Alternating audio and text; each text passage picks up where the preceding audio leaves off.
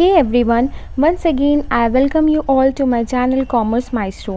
Hope you all are doing good. तो आज का हमारा जो वीडियो है वो हमारी MCQ टेस्ट सीरीज़ का पार्ट 2 है। इसके पहले ऑलरेडी हम लोग ने पार्ट 1 में 15 क्वेश्चन MCQ के प्रैक्टिस कर चुके हैं। तो ये वाला जो वीडियो है उसके कंटिन्यूएशन में है।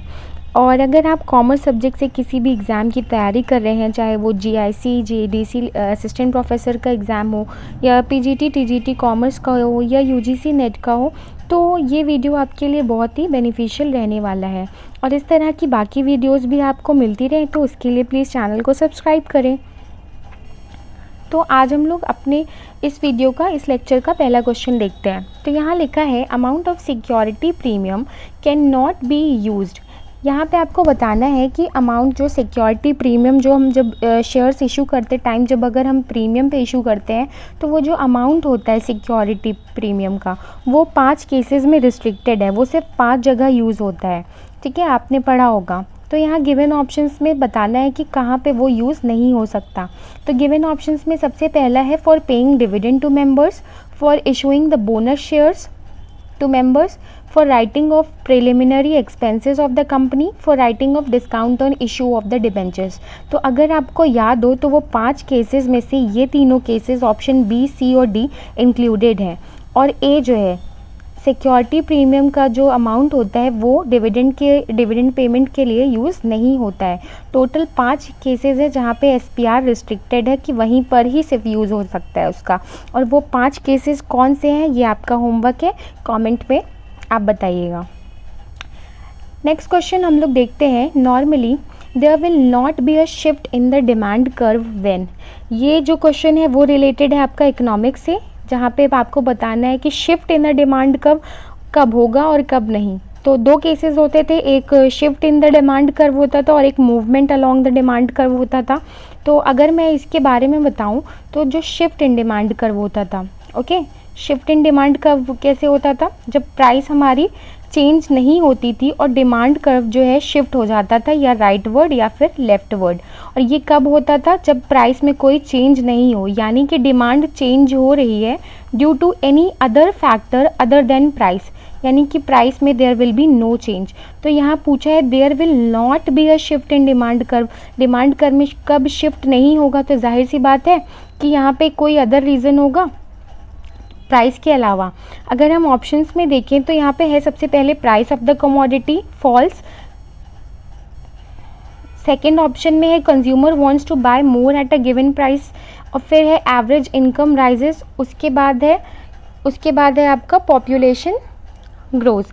तो यहाँ पे आपको बताना है कि कब नहीं होगा। जनरली मैंने बोला अभी कि जो है ये जो होगा इंक्रीज़ और डिक्रीज़ ये आपका होगा any other factor other than price.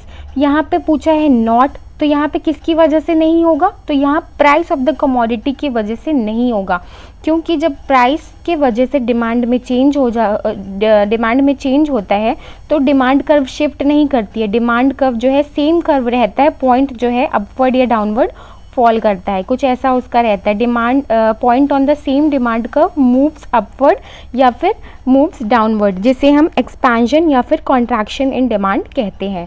तो होप कि आपको इंक्रीज और डिक्रीज इन डिमांड और कॉन्ट्रैक्शन और एक्सपेंशन इन डिमांड के बीच के जो डिफरेंस है वो मालूम होंगे। जो इंक्रीज और डिक्रीज होता है वो आपका एनी अदर फैक्टर की वजह से होता है अदर देन प्राइस, माने कि प्राइस को छोड़ के कोई भी अदर फैक्टर जो है रिस्पॉन्सिबल होता है। लेकिन जब ये movement along the demand curve होता है ये प्राइस की वजह से होता है, price of the same commodity की वजह से। ओके, तो यहाँ जो आपका करेक्ट आंसर होगा वो हो जाएगा ऑप्शन नंबर A, यानी कि प्राइस की वजह से शिफ्ट नहीं होता। क्योंकि क्वेश्चन में नॉट पूछा है तो इसलिए यहाँ पे राइट आंसर प्राइस होगा।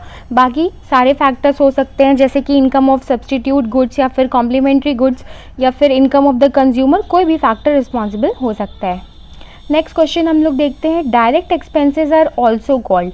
तो डायरेक्ट एक्सपेंसेस को हम लोग और किस नाम से जानते हैं। गिवन ऑप्शंस में है major expenses, overhead expenses, chargeable expenses या फिर सन्ड्री एक्सपेंसेस। तो यहाँ सही आंसर है आपका चार्जेबल एक्सपेंसेस, क्योंकि डायरेक्ट एक्सपेंसेस जो होते हैं वो प्रोडक्ट में चार्ज हो जाते हैं डायरेक्टली, तो उन्हें हम चार्जेबल एक्सपेंसेस के नाम से भी उनको जाना जाता है। नेक्स्ट क्वेश्चन हम लोग देखते हैं, क्वेश्चन नंबर 4। यहाँ पूछा है balance of forfeited shares account after the reissue of forfeited shares is transfer to. तो जब शेयर्स फोरफीट होते हैं, शेयर फोरफीट होने का मतलब कि ये शेयर जब कैंसिल होते हैं, कभी भी अरियर्स की वजह से जब कोई पेमेंट नहीं मिल पाता है कंपनी को, तो कंपनी शेयर्स उठा के फोरफीट कर देती है। और फोरफीट करने का मतलब होता है कि उतने शेयर्स कैंसिल होते हैं। और जब शेयर्स कैंसिल होते हैं तो उस पर जो अरियर्स रहता है तभी होते हैं। तो अरियर्स जब रहता है तो उसके पहले जब एप्लीकेशन का मनी होता है वो कंपनी को ऑलरेडी मिल चुका होता है, ठीक है। तो वो कंपनी उस पैसे को किसी एक रिज़र्व में ट्रांसफ़र कर देती है ताकि उसका जो है यूज़ आगे किया जा सके। तो ये जो है रिज़र्व में जब ट्रांसफ़र करती है कंपनी, तो ये कोई रेवेन्यू नेचर का नहीं होता, ये कैपिटल नेचर का होता है। तो ये जो फोरफीचर का अमाउंट होता है इससे कंपनी कैपिटल रिजर्व अकाउंट में ट्रांसफ़र कर देती है, क्योंकि ये अमाउंट उसे बार बार मिलने वाला नहीं है। ना कंपनी बार बार शेयर्स इशू करेगी, ना बार बार फोरफीट करेगी। तो ये कैपिटल नेचर का एक पैसा जो होता है उसे कंपनी अलग एक सेपरेट अकाउंट जो कि कैपिटल रिजर्व अकाउंट में करती है। फिर इसका यूज़ जो है किसी भी सर्टेन या फिर प्रोविज़न के लिए कर सकती है। तो यहाँ पे पूछा है आपको कहाँ पे जो है इसको ट्रांसफ़र किया जाता है, तो सही आंसर होगा इसका कैपिटल रिजर्व अकाउंट।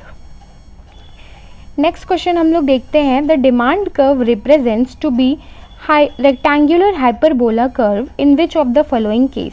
तो यहाँ पे इलास्टिसिटी से रिलेटेड 4 ऑप्शंस दिए हैं और आपको बताना है कौन सी केस में डिमांड कर्व जो है रेक्टेंगुलर हाइपरबोला फॉर्म करता है। तो यहाँ पर आपको गिवन ऑप्शंस में inelastic demand, perfectly inelastic demand, unitary elastic demand, perfectly elastic demand. तो सभी को पता है यहाँ पे यूनिटरी इलास्टिक डिमांड जो होगा राइट आंसर होगा, क्योंकि वहाँ पे जो डिमांड कर्व है वो रेक्टेंगुलर हाइपरबोला कर्व फॉर्म करता है।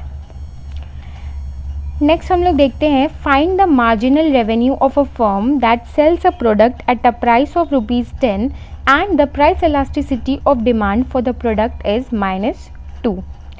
तो यहाँ इलास्टिसिटी कैलकुलेट करने के लिए हमारे पास एक फॉर्मूला होता है, elasticity is equals to average revenue upon average revenue minus marginal revenue. तो यहाँ हमारे पास इलास्टिसिटी गिवन है और एवरेज रेवेन्यू गिवन है। ये जो प्राइस दिया है 10 रुपीज़, ये हमारा प्राइस को ही हम एवरेज रेवेन्यू कहते हैं। तो इलास्टिसिटी जो है यहाँ पे कितनी दी हुई है, price elasticity of demand for the product is 2। ये यहाँ पे डैश था, ये आपको माइनस लग रहा होगा, बट ये +2 है। तो अगर हम इलास्टिसिटी के प्लेस पे 2 लिख दें और एवरेज रेवेन्यू 10 हो गया हमारा, फिर यहाँ पे 10 माइनस MR, ठीक है। तो ये इधर जाके मल्टीप्लाई हो जाएगा, तो क्या हो जाएगा 20 minus 2 MR is equals to 10, okay. तो -2 MR इज इक्वल्स टू, ये उधर जाएगा तो 10 + 20, ओके।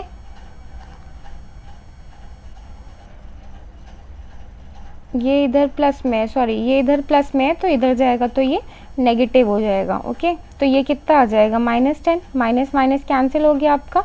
तो MR की वैल्यू जो आ गई आपकी क्या हो गई 10/2 यानी कि 5, ओके। तो यहाँ पे जो करेक्ट आंसर है वो आपका 5 हो जाएगा।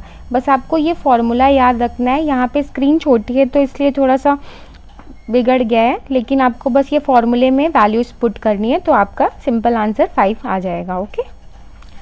नेक्स्ट क्वेश्चन देखते हैं, loss on the issue of debenture account is shown.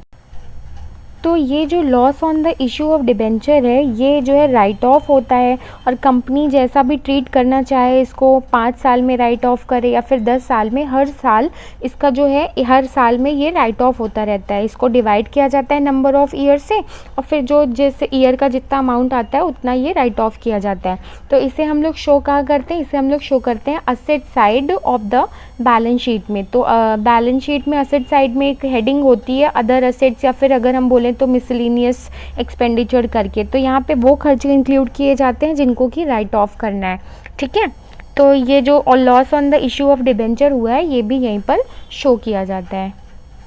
Next question हम लोग देखते हैं, job costing. Job costing is used in, options में है paper mill, chemical work, printing works, texting में। तो जॉब कॉस्टिंग जो है वो आपका यूज़ होता है जब कोई स्पेसिफिक प्रोडक्ट या सर्विस बन रही है, ठीक है, किसी भी मतलब स्पेसिफिक नेचर का, जैसे आपको कोई ऑर्डर दे करके बनवा रहा है, या फिर अगर सिंपल भाषा में बोलें तो कस्टमाइज चीज़ों के लिए। तो यहाँ जो गिवन ऑप्शंस में सही होगा वो होगा ऑप्शन नंबर सी, यानी कि प्रिंटिंग वर्क्स। तो प्रिंटिंग का वर्क जो होगा, कोई ना कोई ऑर्डर देगा या फिर कैसा प्रिंट करना है, किस साइज़ का होना चाहिए, किस कलर का होना चाहिए, तो ये थोड़ा बहुत कस्टमाइजेशन मांगता है। ओके, तो स्पेसिफिक नेचर के जो प्रोडक्ट या सर्विस जहाँ पे बनते हैं वहाँ पे जॉब कॉस्टिंग का यूज़ होता है। ओके, नेक्स्ट क्वेश्चन हम लोग देखते हैं, according to which method of pricing issues is close to current economic values. यहाँ पे पूछ रहा है कौन सा इन्वेंट्री वैल्यूएशन का मेथड में जो हमारा मेथड ऑफ प्राइसिंग में हमारा करंट इकोनॉमिक वैल्यू और जो प्रोडक्ट वैल्यू होता है वो लगभग सेम होता है। तो इस केस में आपका ऑप्शन नंबर ए सही हो जाएगा, लास्ट इन फर्स्ट आउट, यानी कि लीफो मेथड।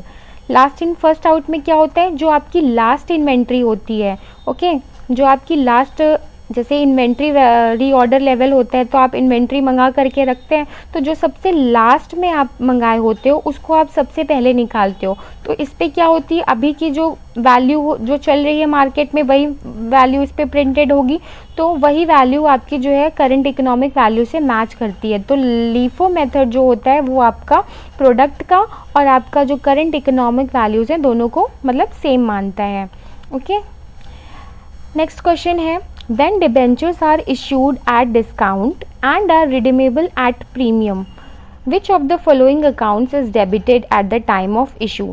तो यहाँ बोला है कि डिबेंचर जब हम लोग डिस्काउंट पे इशू कर रहे हैं और रिडीम कर रहे हैं प्रीमियम पे, मान लेते हैं 100 रुपये का डिबेंचर है जिसे कि हम इशू कर रहे हैं डिस्काउंट पे और जिसे हम रिडीम करेंगे, ये हमारा इशू प्राइस हो गया, ये हमारी फेस वैल्यू हो गई, और उसे हम रिडीम करेंगे, क्या बोला है, रिडीमेबल एट प्रीमियम पे। तो प्रीमियम पे हम 120 रुपीज़ पे इसे रिडीम करेंगे। तो पूछा है which of the following accounts is debited at the time of issue. तो इशू करने के टाइम पे कौन सा अकाउंट जो है डेबिट होगा। तो अभी हम लोग ने इससे रिलेटेड एक और ऊपर क्वेश्चन देखा था जो कि था लॉस ऑन द इशू। जब हम loss on the issue of debenture accounts debit करते हैं तो उसमें हम वो लॉस लिखते हैं जो हमने डिबेंचर को डिस्काउंट पे, जब हमने डिबेंचर को डिस्काउंट पे इशू किया हो। यहाँ पे 20 रुपीज़ का डिस्काउंट जैसे हमने दिया है तो ये 20 रुपीज़ यहाँ पे loss on the issue of debentures record होंगे। और ये जो प्रीमियम का जो 20 रुपये है ये आपका कहाँ जाएगा, redemption on premium on redemption of debentures, जो कि ये यहाँ पे लिखा हुआ है। तो हमारे क्वेश्चन ने पूछा कि इशू के टाइम पे कौन सा डेबिट होगा, तो हम लोग यहाँ पे ऑप्शन नंबर सी को करेक्ट मानेंगे क्योंकि ये इशू से रिलेटेड है। यहाँ पे रिडेम्पशन वर्ड का यूज़ हुआ है, यानी कि रिडेम्पशन के टाइम एंट्री होगी वो ये वाली होगी और जो इशू के टाइम पे एंट्री होगी वो ऑप्शन सी वाली होगी। Is that clear to all. Next question है, premium on redemption of debentures account is in the nature of. अब ये जो premium on redemption of debenture है इसका नेचर क्या है, ये भी जो है एक तरीके का एक्सपेंस है कंपनी के लिए। जब कंपनी 80 का डिस्काउंट देकर 120 में जब रिडीम करेगी डिबेंचर को तो कंपनी के लिए तो वो लॉस ही है, it is an expense for the company. तो यहाँ पे जो है हमारा ऑप्शन नंबर सी जो है नॉमिनल अकाउंट जो है हमारा यहाँ पे सही आंसर हो जाता है। और नॉमिनल अकाउंट का रूल क्या होता है, debit all expenses and losses, credit all income and gains. तो इस तरीके से जो premium on redemption on debentures है वो आपका नॉमिनल अकाउंट में हो जाता है। नेक्स्ट क्वेश्चन है, इंक्रीज और decrease in the demand curve is cause due to. तो ये जो अभी हम लोगों ने बताया था, ऊपर डिस्कस किया था कि इंक्रीज और डिक्रीज जब होगा डिमांड कर्व में, यानी कि डिमांड कर्व में शिफ्ट कॉज होगा। ये डिमांड कर्व है, ओके, यहाँ पे हम लोग प्राइस शो करते हैं, यहाँ नीचे क्वांटिटी एक्स एक्सिस पे जब डिमांड कर्व टोटली शिफ्ट हो जाता है तो ये इंक्रीज़ और डिक्रीज़ कहलाता है। लेकिन जब किसी भी डिमांड कर्व में पॉइंट अपवर्ड या डाउनवर्ड मूव करता है तो उससे हम कहते हैं कॉन्ट्रैक्शन और एक्सपेंशन इन डिमांड। तो यहाँ पे पूछा है इंक्रीज़ और डिक्रीज़ किस वजह से कॉज होता था, तो हमने यहाँ पे बताया था कि प्राइस की वजह से नहीं होता क्योंकि प्राइस का जो ये लाइन है ये सेम कांस्टेंट रहता है, ठीक है। तो यहाँ पे पूछा है किस वजह से होता है, तो यहाँ पे प्राइस तो नहीं होगा, ऑप्शन नंबर बी में है change in income of the consumer, C में है बोथ ए एंड बी, तो यहाँ प्राइस तो नहीं होगा, तो हमारा ऑप्शन नंबर बी जो है वो हमारा करेक्ट आंसर बन जाता है, क्योंकि it may be any factor other than price. Okay, तो यहाँ पे हमारे गिवन ऑप्शंस में बी ही सही होगा, क्योंकि ए नहीं सही है तो यहाँ पे सी भी निगलेक्ट हो जाएगा और डी में तो नन ऑफ द अबव है। नेक्स्ट क्वेश्चन देखते हैं, which of the following transaction will improve the current ratio. अब ये रेशियो एनालिसिस का क्वेश्चन है, पूछ रहा है कि कौन से ट्रांजैक्शंस की वजह से करंट रेशियो, अब करंट रेशियो इम्प्रूव कैसे होगा। करंट रेशियो का फॉर्मूला क्या होता है आपका, current assets upon current liabilities. ठीक है, इम्प्रूव होने के लिए आपका जो है न्यूमरेटर वो बड़ा होना चाहिए और डिनोमिनेटर जो है वो न्यूमरेटर से कम होना चाहिए। तो यहाँ पे सबसे पहले हम लोग देखते हैं केस में ए में क्या लिखा है, purchase of goods for cash. तो अगर आपने गुड्स परचेज किया है फॉर कैश, तो एक तरीके से आपकी इन्वेंट्री, आपके पास गुड्स आया तो आपका जो इन्वेंट्री है, इन्वेंट्री भी हम लोग असेट में क्या करंट असेट में दिखाते हैं, इन्वेंट्री बढ़ी और कैश गया, तो क्या आपके करंट असेट में कैश और कैश इक्विवेलेंट्स में हम लोग शो करते हैं। ओके, तो क्या यहाँ पे इसका कुछ इफेक्ट पड़ेगा करंट असेट पे, नो। फिर सेकेंड ऑप्शन अगर देखें तो यहाँ पे लिखा है payment to creditors. Payment to creditors का मतलब क्या हुआ, एक तरीके से आपका कैश गया। ओके, कैश जो है आप यहाँ पे, ये दोनों ही चीज़ करंट असेट में ही थी, तो यहाँ पे जो करंट असेट जो है रिमेन्स कांस्टेंट, यहाँ पे कोई चेंज नहीं हुआ। लेकिन यहाँ पे देखा जाए तो पेमेंट हुआ है, यानी कि पेमेंट कैश में हुआ होगा, तो आपका करंट असेट जो है यहाँ पर कम हो गया। और creditors payment payment to creditors है ना, तो क्रेडिटर्स कम हुए एक तरीके से और कैश भी कम हुआ, तो करंट लायबिलिटी, क्रेडिटर्स आपकी करंट लायबिलिटी में शो होता है, तो करंट लायबिलिटी भी कम हुई और करंट असेट भी कम हो गया उतने ही अमाउंट से। तो क्या यहाँ पे चेंज होगा, सपोज करिए कि करंट असेट आपका 100 है, ओके, एंड उसके करंट लायबिलिटी जो है 50 है। मान लेते हैं कि ये जो पेमेंट को क्रेडिटर्स किया तो ये 10 रुपीज़ का किया, तो ये रिड्यूस होके कितना हो जाएगा 90, और ये रिड्यूस होके 40 हो जाएगा। तो अभी जो हमारा करंट रेशियो 2:1 आ रहा था, तो अब अगर हम इसे डिवाइड करें 90 डिवाइडेड बाय 40 तो कितना आ जाएगा, तो 2.25 आ जाएगा ना। यानी कि जो रेशियो पहले 2:1 था वो रेशियो अब 2.25:1 हो गया है। तो क्या हमारा करंट रेशियो इम्प्रूव हुआ, तो यहाँ पर सेकंड केस में हमारा करंट रेशियो जो है इम्प्रूव हो रहा है। तो यहाँ जो सही आंसर होगा वो हमारा ऑप्शन नंबर बी हो जाएगा।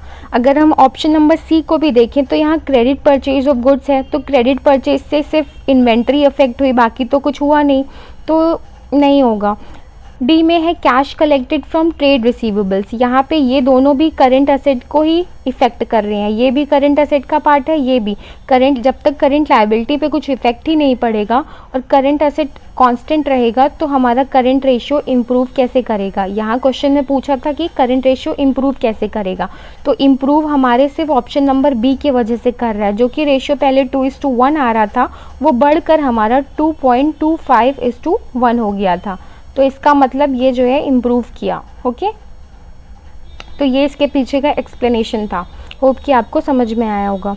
नेक्स्ट क्वेश्चन देखते हैं, debt to equity ratio establishes relationship between, तो डेट टू इक्विटी रेशियो में आपका यहाँ पे डेट आ जाएगा। डेट का मतलब हो रहा है लॉन्ग टर्म डेट्स, यानी कि जो नॉन करेंट लायबिलिटीज़ होती हैं, ओके, वो आपका डेट होता है, यानी कि आपने कितना लोन ले रखा है।